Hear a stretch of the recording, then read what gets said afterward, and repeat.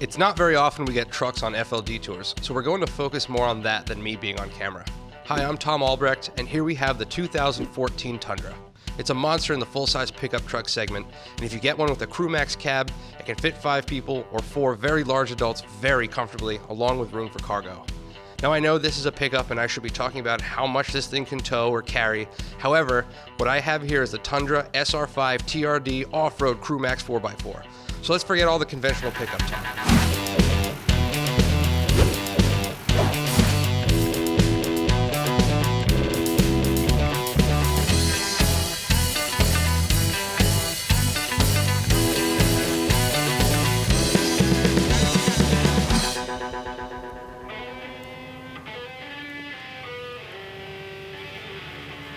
Let's get to the details. The Tundra SR5 TRD Off-Road CrewMax 4x4, I said that out of order, but whatever, has a 5.7-liter iForce V8 power plant, and it's pretty impressive with the power and the sound it makes.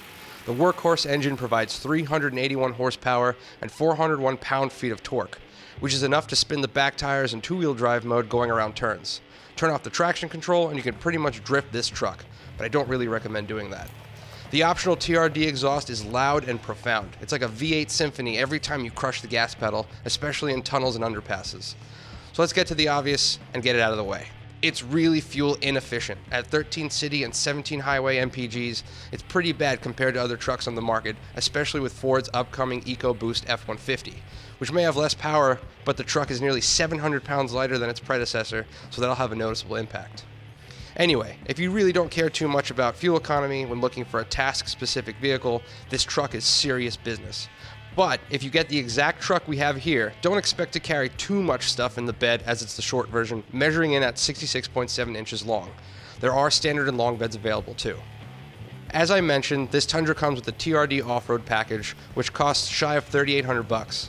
It replaces the standard wheels with 18-inch TRD off-road alloys, throws on a set of off-road tires, Bilstein shocks, engine skid plate, fuel tank skid plate, and sweet off-road decals. This option also includes the SR5 upgrade package, front bucket seats, power driver's seat, and some other goodies, and the eTune Toyota Premium Audio, which has a nav system and app suite. The screen on the system boasts 7 inches of high definition and relatively quick response to inputs.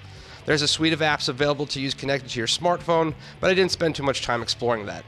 Notes on the interior include ample space, massive center armrest and cubby. I also counted 13 cup and bottle holders, which is enough to keep someone hydrated for quite a long time, especially if you're into getting big gulps from 7-Eleven. Touch points within reach of the driver felt soft where they needed to be, and the interior plastic seemed, quote, of robust quality. On the drive up to the trails, the feel of the truck on the highway was comfortable.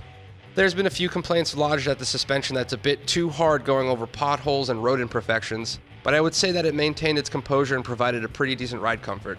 I actually enjoyed the level of road feel and feedback to the steering, pedals, and seat through the suspension, enough to get a good grasp of what's going on beneath you. What I did have a problem with was with steering inputs. They're a bit twitchy at highway speed, and I found myself constantly correcting as the truck wiggled around the lane, likely due to the meaty off-road tires and upgraded suspension. Road noise was noticeable but not annoying and droned off into oblivion, and I stopped noticing it fairly quickly. Going off-road with the truck in 4x4 low gear mode, it handled steep terrain, rocks, and loose dirt perfectly. Not once was there a moment of fear or lack of faith in the truck that it couldn't make its way around the trails.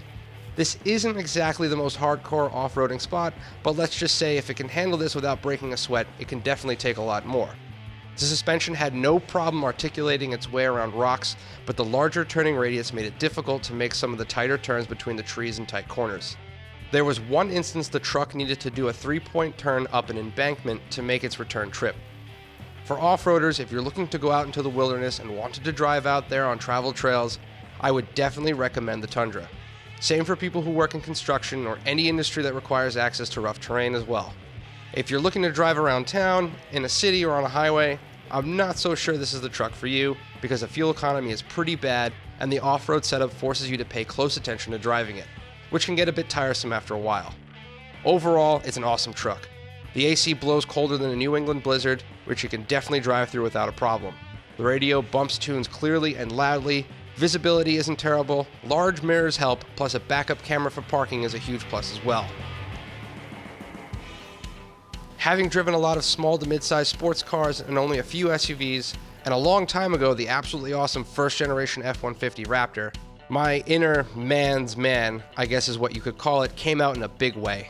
Riding above most of the other trucks and SUVs really brings a sense of empowerment as the driver, and no one dared to challenge my position on the road, especially during heavy merges in New York traffic where people love to dive into a half car length or less of space in front of you.